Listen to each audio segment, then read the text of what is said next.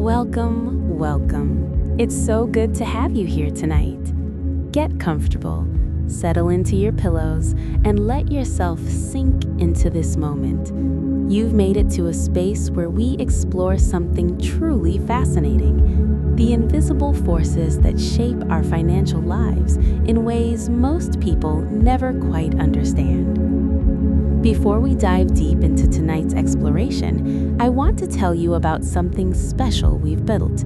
There's a community growing around these conversations, a Discord server where people just like you gather to share insights, support each other's growth, and participate in something meaningful. We host regular giveaways there, money mindset toolkits, sleep optimization resources, financial wellness packages. But here's what makes it different. This community exists not just for personal gain, but to create ripples of positive change. We're committed to gathering donations that go directly toward helping less privileged communities around the world. Education funds, microfinance initiatives, basic needs support, real, tangible help for people who need it most. When you join, you're not just getting access to resources for yourself, you're becoming part of something that extends beyond your own journey. The link is always in the description, and we'd love to have you there. Now, let's talk about something that might challenge everything you thought you knew about success and money.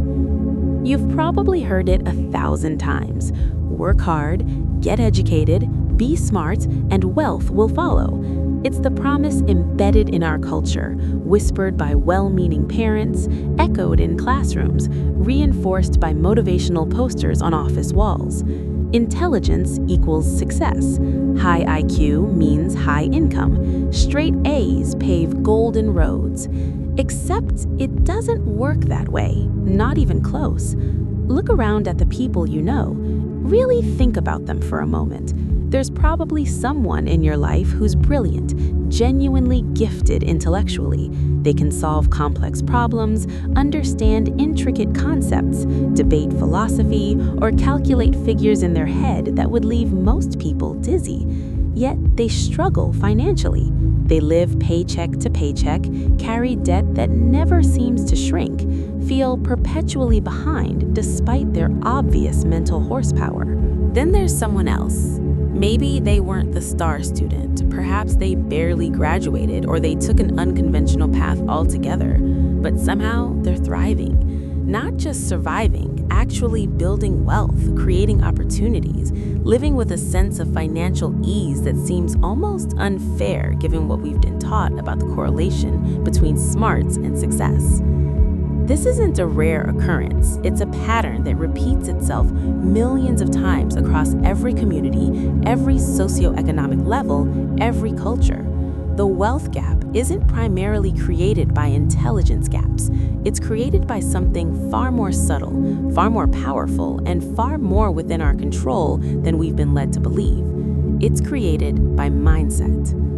I know that might sound like one of those oversimplified self-help declarations. Mindset, it's such a buzzword these days, thrown around until it almost loses meaning. But stay with me here, because what we're going to explore tonight goes so much deeper than positive thinking or manifestation or any of the surface-level interpretations that have watered down this concept. We're going to examine the actual psychological architecture that determines financial outcomes, the neural pathways that fire when you encounter money decisions, the subconscious beliefs installed before you even knew what money was, the stories you tell yourself about what you deserve, what's possible, what people like you can achieve, the automatic responses triggered by financial stress that either move you toward growth or keep you locked in patterns that don't serve you.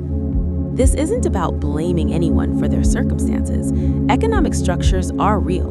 Systemic barriers exist. Privilege creates head starts that can't be denied. But within whatever circumstances we find ourselves, mindset determines an enormous portion of what we do with what we have. And that's where real power lives. Not in denying the external factors, but in maximizing the internal ones we can actually influence. Think about twins for a moment. Identical genetic code, often raised in the same household, exposed to the same early influences. yet they can end up in completely different financial realities. One builds wealth while the other struggles. Same intelligence baseline, same starting circumstances, divergent outcomes. What creates that divergence?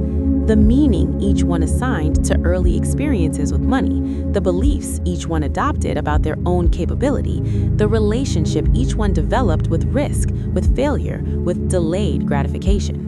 Intelligence is fairly fixed. Your IQ at 25 is roughly what it'll be at 45. Yes, you can learn new things, develop new skills, gain knowledge, but your raw processing power, your basic cognitive capacity, that's relatively stable. Mindset, though, mindset is fluid. It can shift, transform, upgrade. A person can completely reconstruct their mental framework around money and watch their financial reality reshape itself accordingly. I've seen it happen, not in dramatic before and after stories that strain credulity, but in the subtle, cumulative way that real change actually occurs. Someone starts questioning their automatic assumptions about money. They notice patterns they'd never seen before. They experiment with responses they'd never tried. Small shifts compound.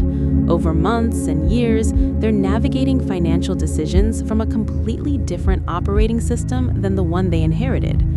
The fascinating thing is that this transformation doesn't require becoming a different person. You don't need to suppress your personality or adopt some foreign way of being. You're not trying to become someone else. You're peeling back the layers of conditioning that aren't actually you. The inherited beliefs, the cultural programming, the traumatic imprints, to reveal capacities that were always there, just buried under misinterpretations of what money means and who you are in relation to it. Let's start by understanding what we mean when we talk about a wealth gap created by mindset. We're talking about the measurable, observable differences in financial outcomes between people of similar intelligence levels, similar educational backgrounds, similar opportunities. When you control for those variables and still see dramatic differences in who builds wealth and who doesn't, you're looking at the mindset variable. Researchers have studied this extensively. They've followed people over decades, tracking not just their income and net worth, but their psychological profiles, their beliefs, their habitual thought patterns. The correlations are striking. Certain mindset characteristics predict wealth accumulation far better than IQ scores or standardized test results. People with what researchers call a growth mindset around money, those who believe their financial intelligence can be developed, who see setbacks as information rather than verdicts, who view wealth building as a learnable skill set, accumulate significantly more wealth over their lifetimes than people with fixed mindsets, regardless of cognitive ability. People who have an internal locus of control regarding finances, meaning they believe their actions significantly influence their outcomes, build more wealth than people with an external locus of control, who attribute financial results primarily to luck, the economy, or other forces beyond their influence. This remains true even when controlling for actual economic conditions and real external constraints. People who can delay gratification, who have developed the mental capacity to value future rewards over immediate pleasure, accumulate exponentially more wealth than equally intelligent people who haven't developed that capacity. This single psychological variable, the ability to defer, explains more variance in wealth accumulation than almost any other factor researchers have identified. These aren't personality traits you're born with. They're mental habits that get established through early experiences, reinforced through repetition, and then operate automatically beneath conscious awareness. And because they operate automatically, most people never examine them. They just live inside the constraints of their inherited financial mindset, assuming that's just how they are, just how money works, just what's possible for someone like them. But here's the liberating truth that changes everything once you really absorb it. These mental habits can be interrupted, examined, and recoded. You can literally rewire the neural pathways that fire when you think about money. It's not easy, and it doesn't happen overnight, but it's absolutely possible in a way that raising your IQ simply isn't. Your brain exhibits what neuroscientists call plasticity. It physically restructures itself based on repeated experiences and focused attention. When you consistently practice new ways of thinking about money, new ways of responding to financial stress, new interpretations of what wealth means, your brain builds new connections.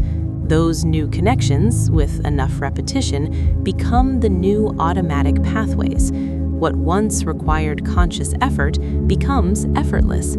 The new mindset becomes your baseline. This is how people transform their financial lives without dramatic increases in income. They're not necessarily making more money, at least not at first. They're relating to the money they have differently. They're making different choices from the same circumstances. They're seeing options they previously couldn't see because their old mindset literally filtered those options out of awareness. Let me give you a concrete example of how this plays out. Two people, same job, same salary, same monthly take-home pay. One ends the year with nothing saved, carrying credit card debt, feeling financially stressed. The other ends the year with an emergency fund building, debt decreasing, feeling increasingly secure. Same intelligence, same income, different outcomes. The difference? The mindset operating in the background. The first person operates from a scarcity mindset. Money feels scarce, precarious, always about to run out. This creates anxiety. The anxiety drives compensatory behaviors, spending for emotional relief, avoiding looking at account balances, making impulsive purchases to feel better temporarily. Each behavior reinforces the scarcity experience. The cycle perpetuates itself. The second person operates from what we might call a stewardship mindset. Money is a resource to be managed wisely. There's enough, and there will continue to be enough because of the choices being made. This creates a sense of agency. The agency supports different behaviors: planning, saving, considered spending, engaging with financial reality. Each behavior reinforces the sense of capability. A different cycle perpetuates itself. Neither person is smarter than the other. Neither is more disciplined in some essential character sense. They're operating from different mental frameworks that generate different emotional responses that drive different behaviors that produce different results. And here's what's crucial to understand. The person with the scarcity mindset isn't choosing to think that way. They're not deliberately sabotaging themselves. The mindset is running automatically, installed long ago, generating thoughts and feelings and impulses that feel like just who they are. Without intervention, without conscious examination and reprogramming, it will keep running the same way, producing the same results year after year. This is why simply telling people to just save more or just stop spending doesn't work. You're asking them to override their entire operating system with sheer willpower. That's exhausting and unsustainable. Real change requires updating the operating system itself, changing the foundational beliefs and automatic interpretations that generate the behaviors. So, where do these mindsets come from? Why do some people develop mental frameworks that support wealth building, while others develop frameworks that work against it? The answer takes us back to childhood, to those early formative years when your brain was in its most plastic, absorbent state, soaking up not just information, but entire worldviews. You were learning how the world works, what kind of place it is, and what kind of person you are in relation to it. And a huge part of that learning centered on resources, what we later call money. You watched how the adults around you related to money, not just what they said about it, but how they acted around it, the emotions it triggered in them, the conflicts it created, the security or insecurity it produced. Your developing brain absorbed all of this, creating templates for what money means and how to respond to it. If you grew up in a household where money was a source of constant stress, where there was never enough, where scarcity was the dominant experience, your brain encoded a very specific set of associations. Money equals stress. Financial resources are precarious. There's never enough. You have to worry. These associations weren't installed through conscious teaching. They were absorbed through ambient emotional experience. They became part of your baseline operating assumptions about financial reality. If you grew up in a household where money was plentiful but used as a tool for control, where love and approval were conditional on achievement, where your worth was measured by performance, you encoded different associations. Money equals pressure. Financial success is how you earn belonging. You're only valuable when you're producing. These become the unconscious drivers of your adult relationship with wealth. If you grew up in a household where money was simply a neutral tool, managed calmly, discussed openly, treated as something to be learned about and mastered, you absorbed those associations instead. Money is manageable. Financial challenges can be figured out. Resources can be created and grown. Very different foundation. None of these early encodings are your fault. You didn't choose your childhood financial environment. You were just a developing brain, doing what developing brains do, making sense of your world, creating mental models to navigate it. But those early models, unless consciously examined and updated, continue to run your adult financial life. And here's where it gets really interesting from a psychological perspective. These early installed beliefs don't just affect how you think about money consciously, they shape what you perceive as possible. They literally filter what opportunities you notice, what risks you consider, what actions feel available to you. If your mindset contains the deep belief that people like me don't build wealth, you'll unconsciously filter out evidence to the contrary. You won't notice examples of people from your background who have built wealth. You won't seriously consider opportunities that could lead to wealth. Your brain will generate rationalizations for why those things don't apply to you, why they wouldn't work, why it's not worth trying. All of this happens beneath conscious awareness, seamlessly, so that it just feels like reality rather than a filtering process. This is called confirmation bias, and it's one of the most powerful ways that mindset perpetuates itself. Your brain seeks evidence that confirms what you already believe and overlooks evidence that contradicts it. If you believe you're bad with money, you'll remember every financial mistake in vivid detail while forgetting or minimizing your smart financial moves. The belief reinforces itself. But, and this is the hopeful part, confirmation bias can work in your favor once you start installing different beliefs. When you begin to genuinely believe that you can learn to manage money effectively, your brain starts noticing evidence of your capability. It starts seeing opportunities you were previously blind to. The same mechanism that kept you stuck can propel you forward once you get it pointed in a different direction. Let's talk about some of the specific mindset differences that create wealth gaps. Understanding these in detail helps us see exactly what needs to shift. One of the most fundamental differences is what psychologists call abundance versus scarcity orientation. This isn't about how much money you have. It's about your baseline assumption about the nature of resources.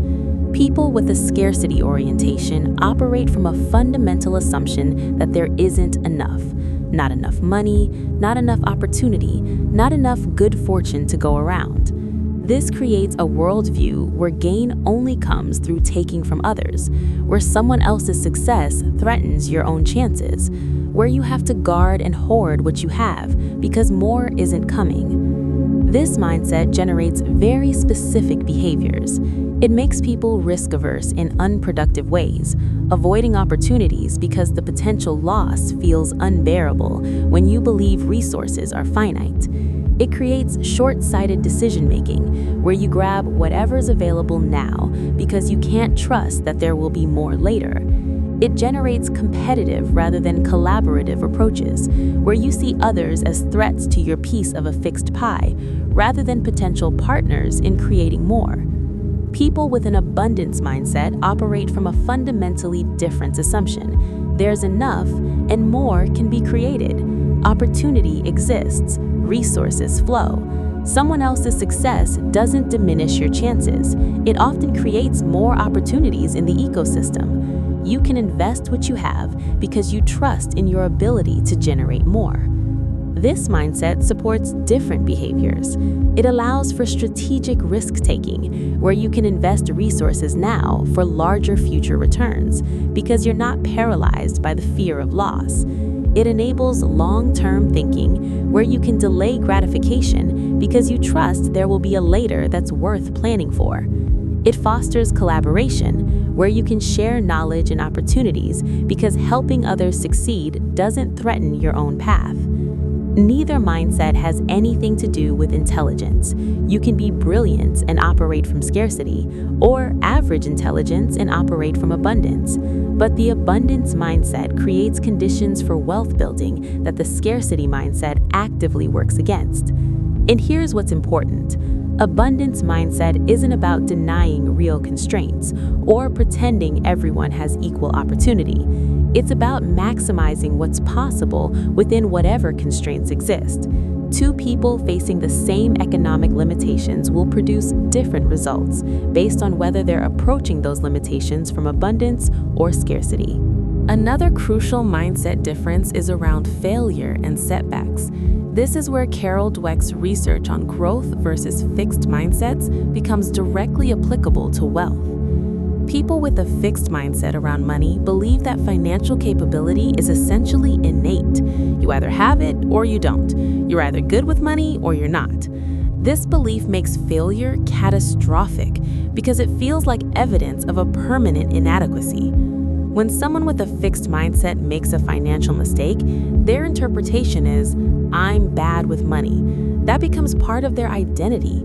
It's not, "I made a poor choice in this instance that I can learn from." It's, "This proves I'm financially incompetent." This interpretation makes it terrifying to try new financial strategies because failure would confirm the worst fear. So, fixed mindset people often avoid growth opportunities that involve any risk of failure.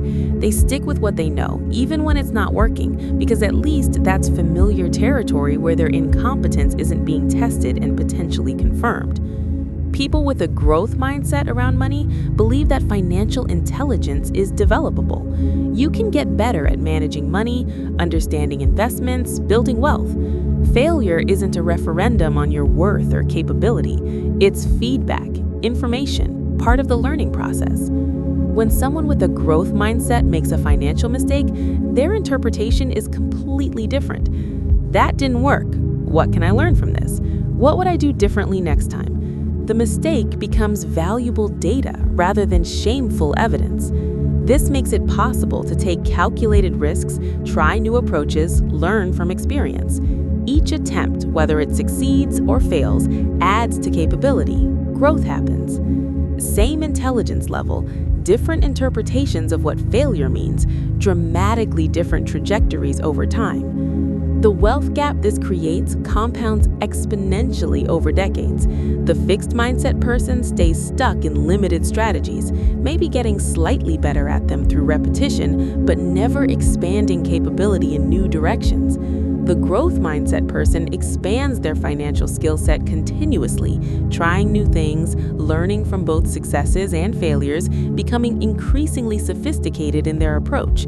After 20 years, they're not just a little bit better, they're operating in completely different leagues. Another dimension where mindset creates wealth gaps is in the relationship with time and delayed gratification. This has been studied extensively, most famously in the Stanford marshmallow experiments and the longitudinal studies that followed.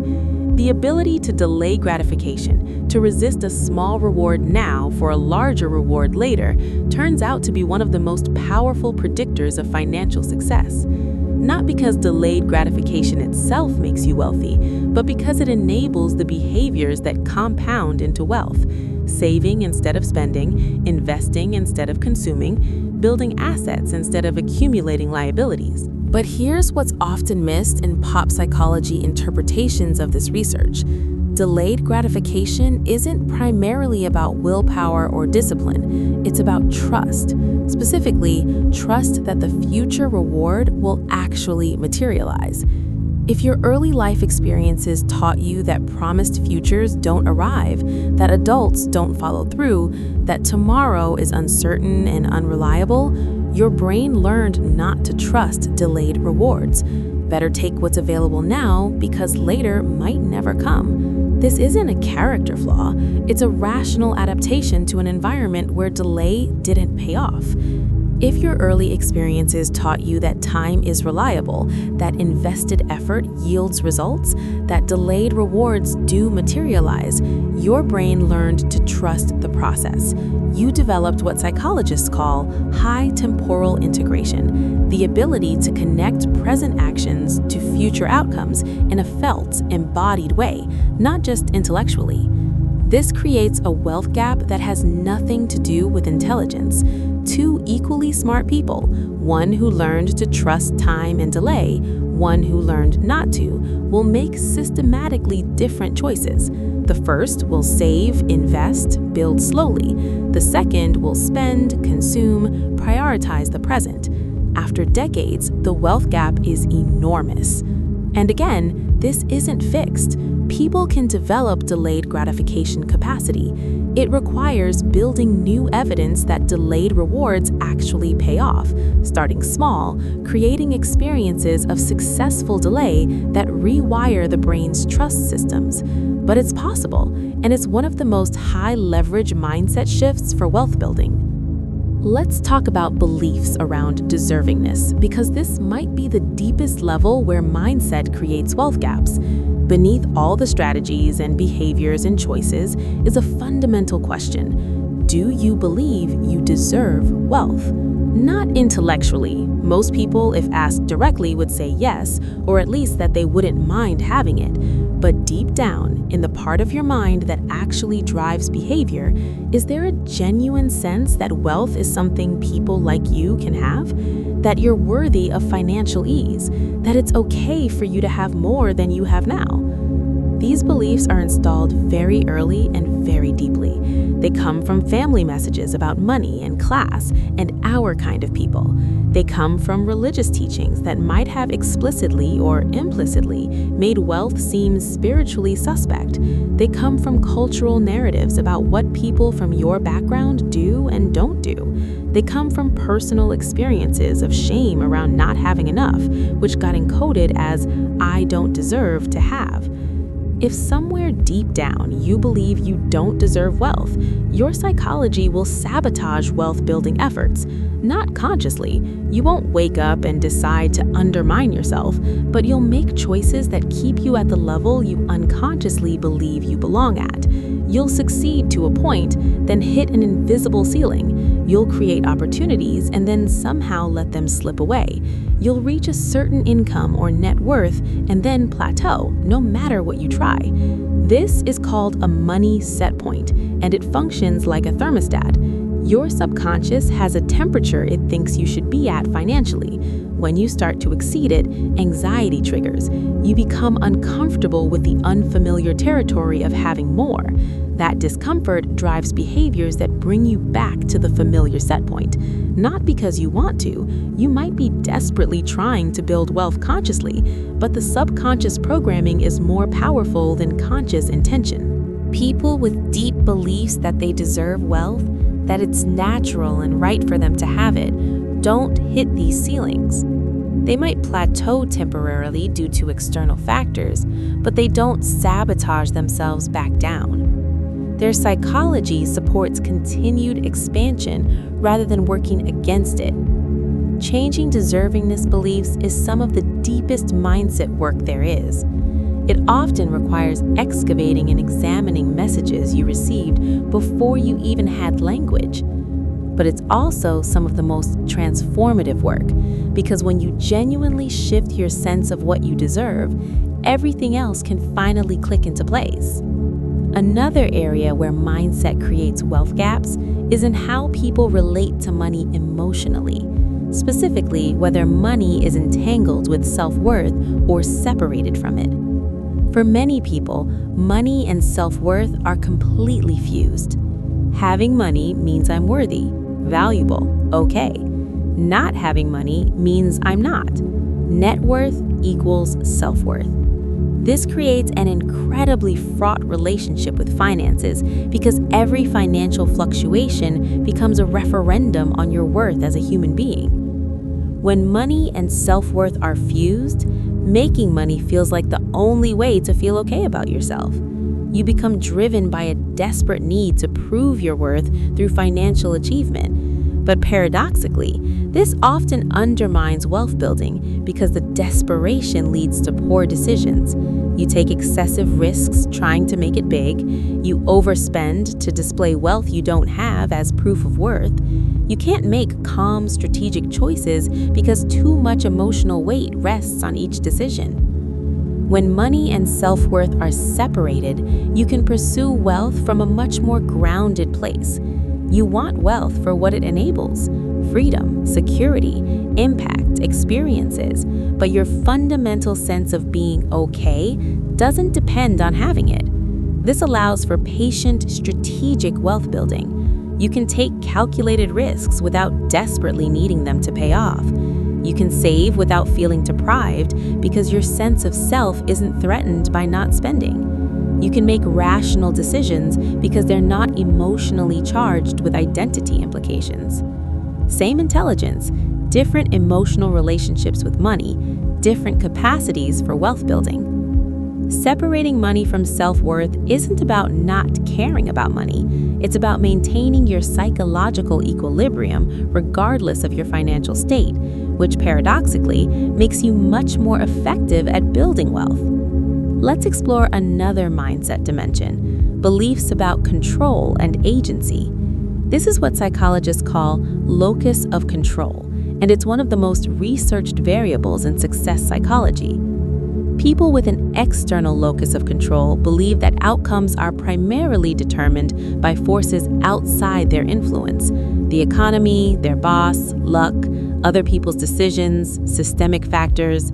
When things go well, it's because external circumstances were favorable. When things go poorly, it's because external circumstances were unfavorable.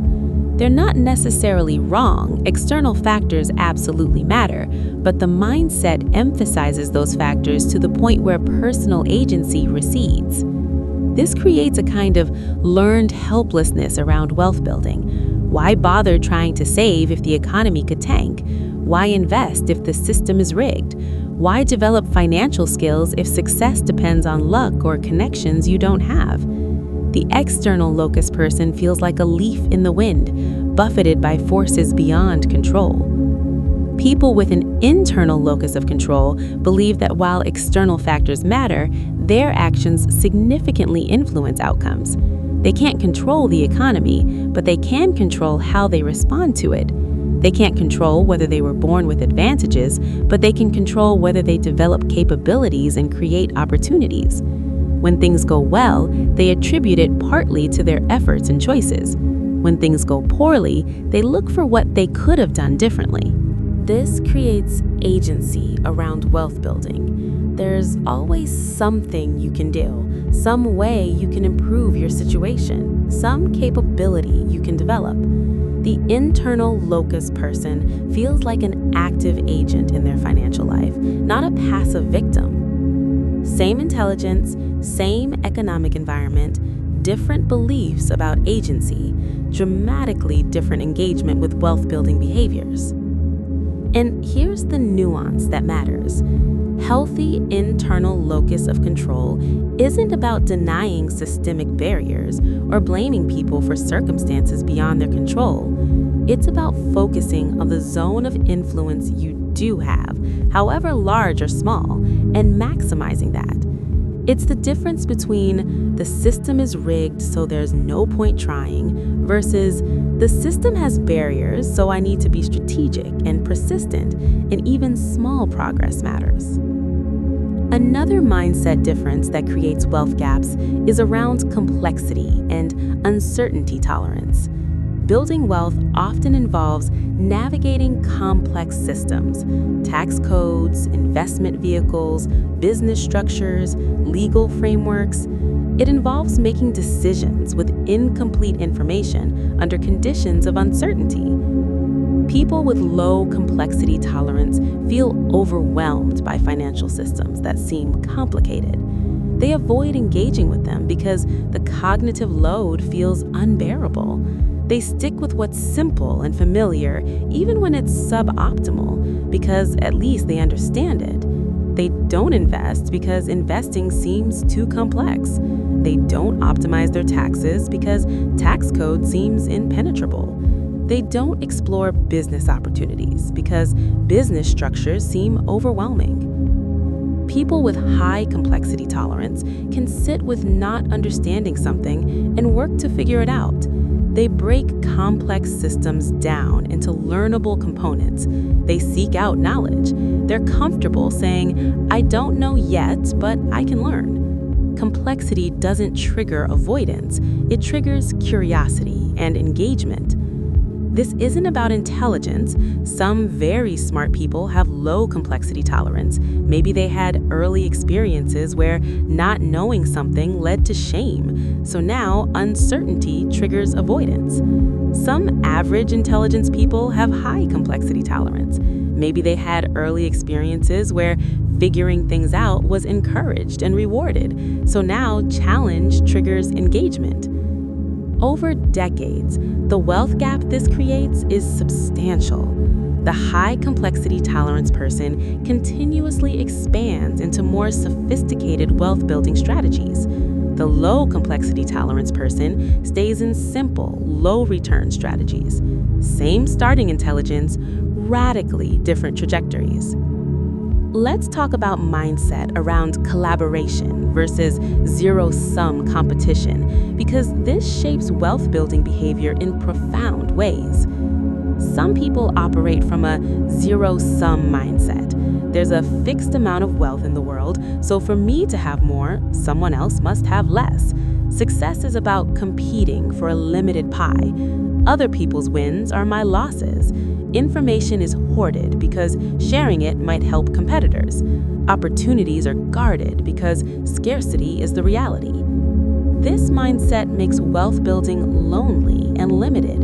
You can't learn from others because they're competitors. You can't collaborate because you can't trust. You can't build networks because relationships are transactional at best. You're trying to succeed in isolation, which dramatically limits what's possible. Other people operate from an abundance, positive sum mindset. Wealth can be created, not just redistributed. Multiple people can win. Collaboration creates more value than competition. Other people's success often creates opportunities for your own. Information shared comes back multiplied. Networks built create exponential possibilities. This mindset makes wealth building expansive. You learn from others generously because their success doesn't threaten yours.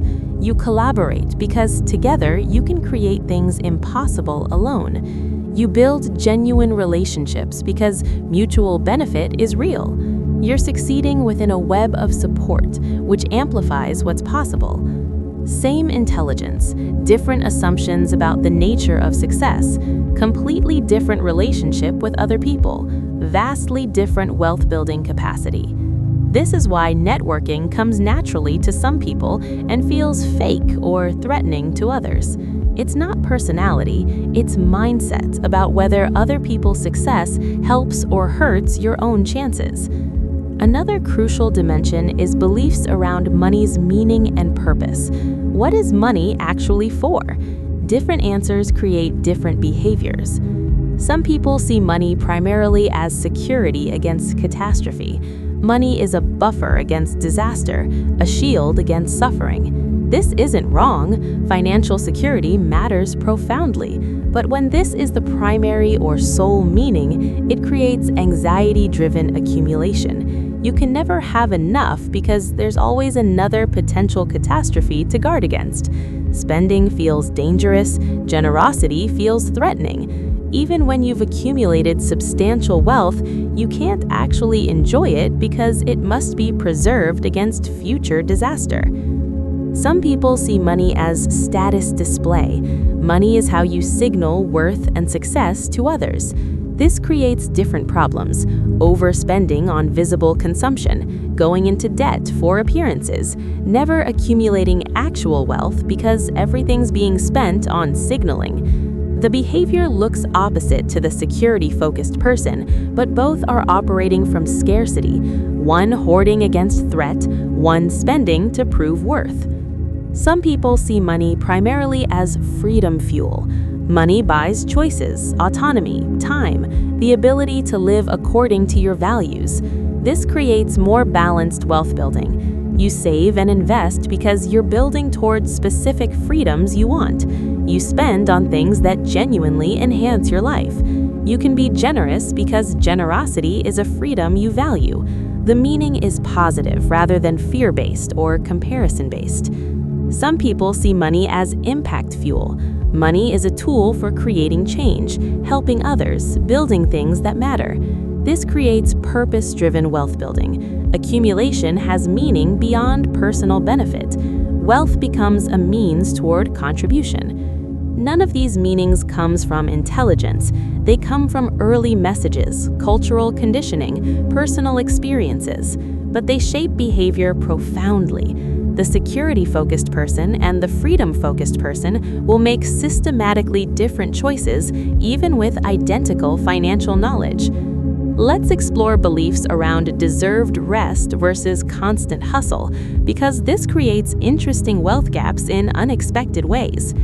There's a mindset, often glorified in entrepreneurial culture, that equates constant work with virtue and success.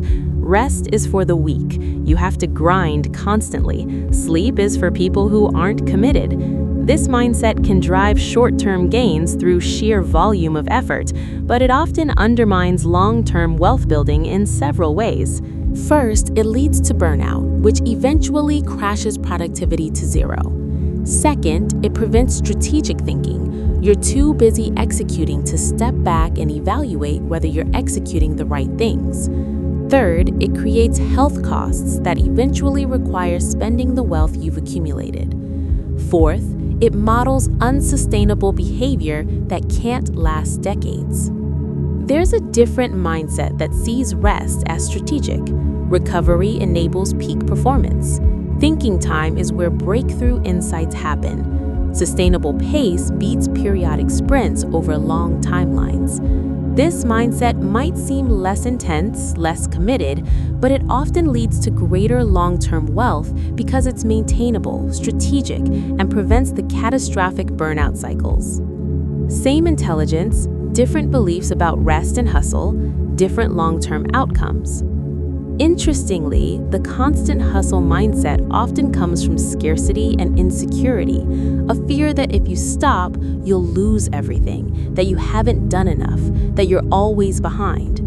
The strategic rest mindset often comes from security and trust, confidence that you're on a good path, that sustainability matters, that you can afford to optimize rather than maximize.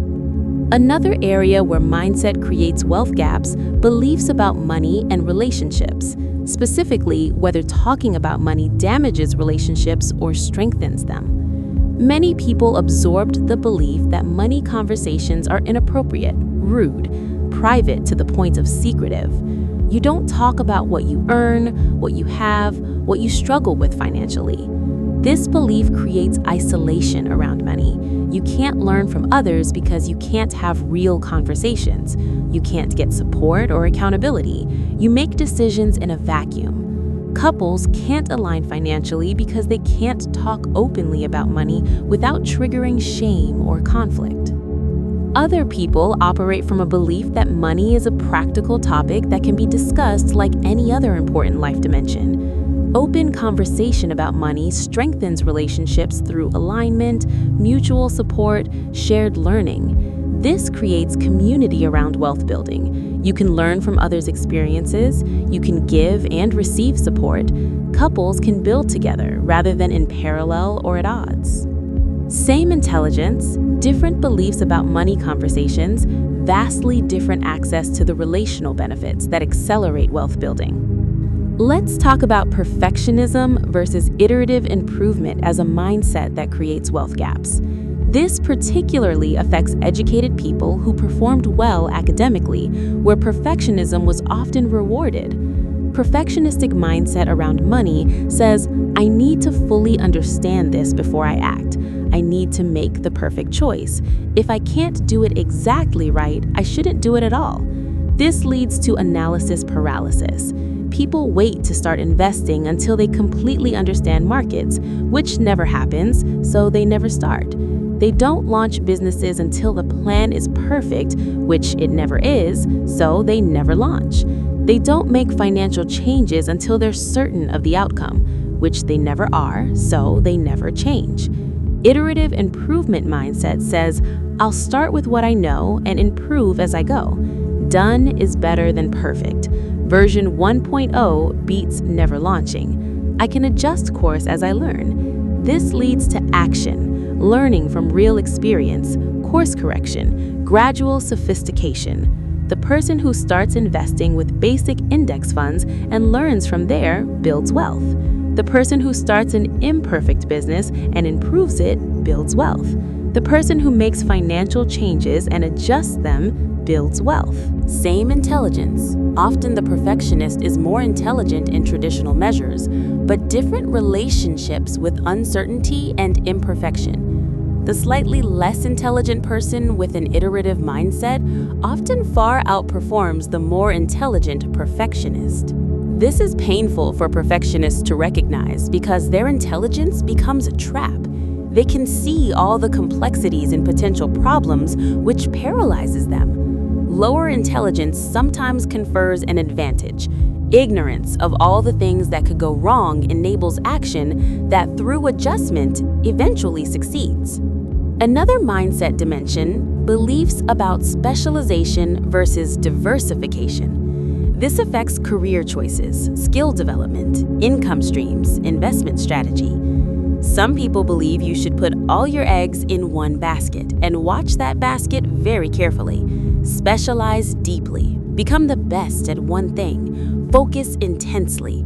This can create remarkable expertise and, in some cases, high income in that specialty. But it also creates vulnerability.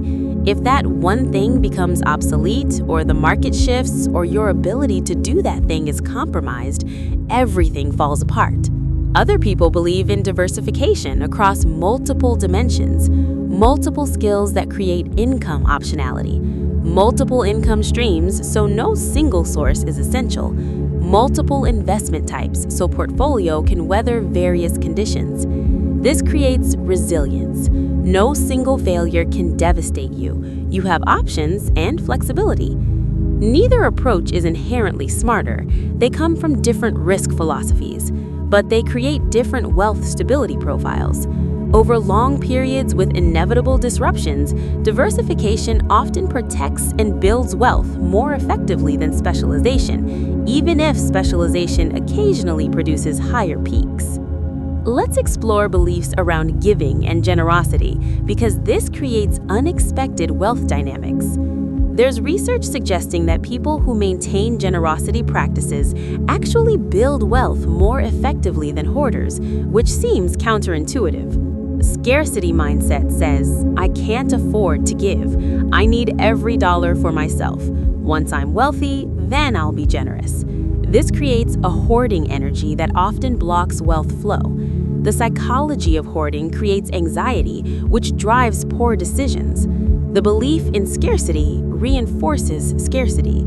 Abundance mindset says, I can be generous even with modest means. Giving from what I have, even if it's small, reinforces abundance. It demonstrates to my subconscious that there's enough, that I trust more will come. This creates a flow energy. The psychology of generosity creates confidence, which supports better decisions. The practice of abundance reinforces abundance. This isn't magical thinking, it's psychology. Generosity practice literally rewires neural patterns from scarcity to abundance, and abundance neural patterns support wealth-building behaviors better than scarcity patterns. People who tithe or give regular percentages often build more wealth than people who wait until they can afford it, who usually never feel they can. Same intelligence, different generosity beliefs, different psychological states, different wealth outcomes.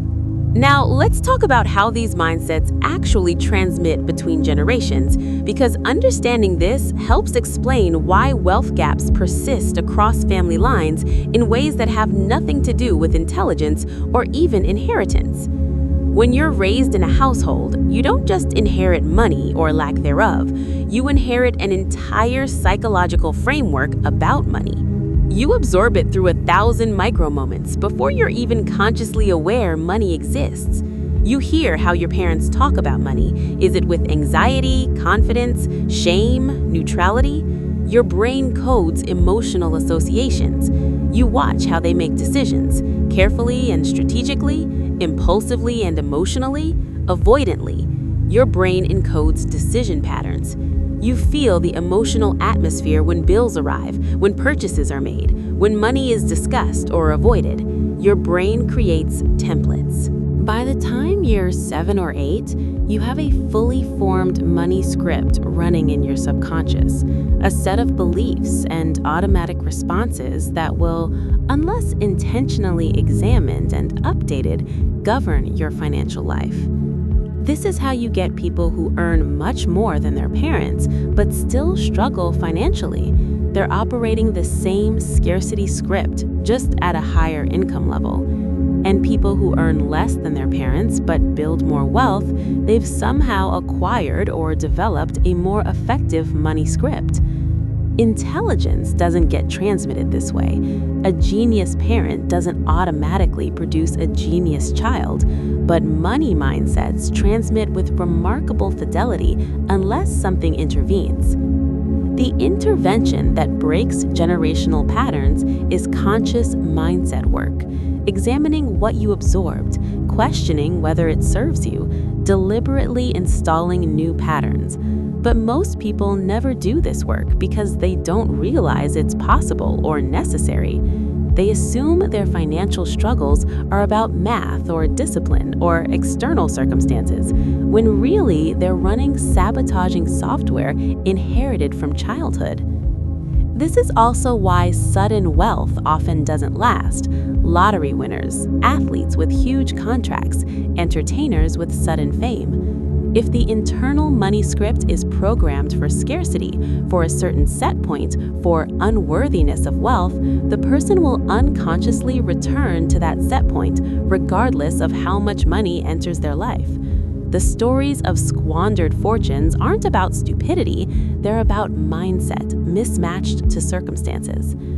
Conversely, people who build wealth slowly from modest beginnings often maintain it because the wealth building itself was the process of developing an effective money mindset.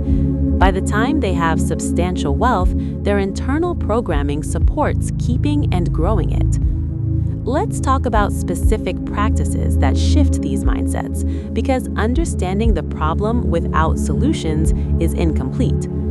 One of the most powerful practices is mindfulness around money triggers. Most people operate on autopilot with finances. They feel the anxiety or impulse, they react, they move on without examination. Breaking this pattern requires pausing. When you feel a money trigger, anxiety looking at your account, impulse to buy something, resistance to dealing with a financial task, instead of immediately reacting, pause. Notice the feeling. Where is it in your body? What thought preceded it? Can you identify the belief underneath? This simple practice creates space between trigger and response. In that space, choice becomes possible. You might still make the same choice, but it becomes conscious rather than automatic. Over time, this awareness allows you to start choosing different responses, which slowly rewires the automatic patterns. Another powerful practice is examining and updating your money story. Your money story is the narrative you tell yourself about your financial life, why you are where you are, what's possible for you, what it means. Most people's money stories are disempowering. I'm bad with money. I'll never get ahead. I didn't come from wealth, so I can't create it. Money always slips through my fingers. These stories feel like truth, but they're interpretations that become self-fulfilling prophecies. You can deliberately rewrite your money story with equal validity but different implications. I'm learning to manage money effectively. I'm making progress. My background doesn't determine my destination. I'm developing capabilities that will serve me long term. Not lies, not denying current reality. Different framing that opens possibility rather than closing it.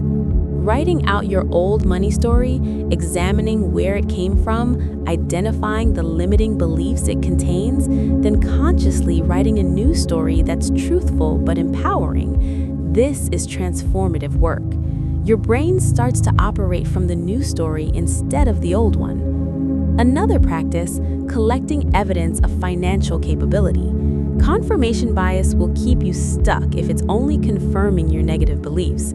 You need to actively direct it toward confirming positive beliefs. Start noticing and recording every financially smart thing you do, no matter how small. Packed lunch instead of eating out, compared prices before buying, resisted an impulse purchase, put money in savings, had a difficult money conversation. Each instance, record it. Review the list regularly. Your brain starts to build a different pattern. Instead of "I'm bad with money," with mountains of confirming evidence, you develop "I'm capable with money," with evidence accumulating. The capability story becomes more believable, which makes capability behaviors more automatic. Visualization practice done properly can rewire money mindsets. Not magical thinking or vision boards devoid of action, but detailed mental rehearsal of financial capability. Spend time visualizing yourself calmly handling financial tasks, reviewing accounts without anxiety, making investment decisions with confidence, having money conversations with ease. Your brain doesn't fully distinguish between vividly imagined experience and real experience. Both build neural pathways. Rehearsing calm, capable financial behavior makes that behavior more accessible when real situations arise. Exposure therapy principles apply to money anxiety. If you avoid checking your accounts because it triggers anxiety, that avoidance reinforces the anxiety. Gradual, repeated exposure, checking regularly, sitting with the discomfort, realizing you survive it, reduces the anxiety over time. Start small. Check your balance once a day for a week. Just observe the number without judgment. The next week, look at recent transactions. The week after, review a full statement. Gradually increasing exposure while managing anxiety teaches your nervous system that financial information isn't actually dangerous. Identity work is deep but powerful. Who are you in relation to money? Not what you do, but who you are. If your identity is someone who struggles with money, changing that is enormously difficult because it threatens your sense of self. But identity is constructed, not fixed. You can deliberately cultivate a different financial identity. I am someone who manages resources wisely. I am a wealth builder. I am financially responsible and capable. Act from this identity before it feels true. How would someone with this identity handle this purchase decision, this bill, this opportunity? Behaving as if the identity is true gradually makes it actually true, as the behavior creates evidence and rewires patterns. Mentorship and modeling matter profoundly. Find people who have the money mindsets you want to develop, not just the wealth, but the psychology. Study how they think about money, what they believe, how they approach decisions, not to mimic superficially, but to absorb different paradigms. This can happen through direct relationships, books, podcasts, interviews, any way you can access the thinking of people operating from effective money mindsets. Your brain's mirror neurons fire when you observe behavior and thinking patterns, creating neural rehearsal. Enough exposure starts installing those patterns.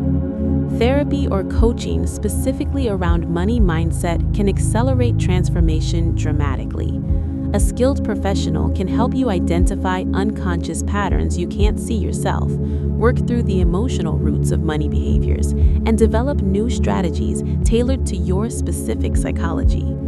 This isn't admitting defeat, it's recognizing that mindset work is real work, often requiring expertise to navigate effectively. You wouldn't feel shame seeking a trainer for physical fitness goals. Money mindset is psychological fitness, equally valid to seek expert help. Journaling practices around financial decisions create metacognition, thinking about your thinking. After making a purchase, write about what drove the decision. After avoiding a financial task, write about what you felt. After a money conversation, write about what got triggered. This creates awareness of patterns. You start noticing, I always sabotage myself right when things start improving. I always overspend when I'm stressed. I always avoid my accounts when I'm anxious. Awareness is the first step toward change. You can't shift patterns you don't see.